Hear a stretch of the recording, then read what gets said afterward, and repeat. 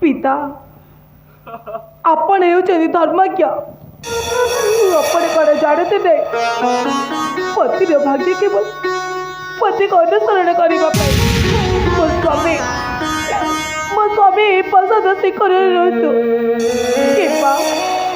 कि से बीच नर गति करतु मु केवल ही अनुसरण करी पिता मु केवल ही अनुसरण करी पिता से बेले मो जदि को आसुली से बेले मो भाभी नहीं मो पिता बदली मो आपण को पाइबी मो माता बदले मो माता मान को पाइबी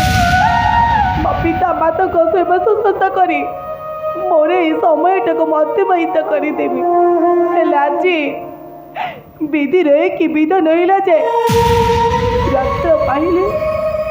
रात्र पाइले आपण पुत्र हे बड़चारी अजोचरे रही पिता मो मो स्वामी को सहित चली जी 14 वर्ष आपण मत विदाय दिवस पिता जेपरी 14 वर्ष वनवास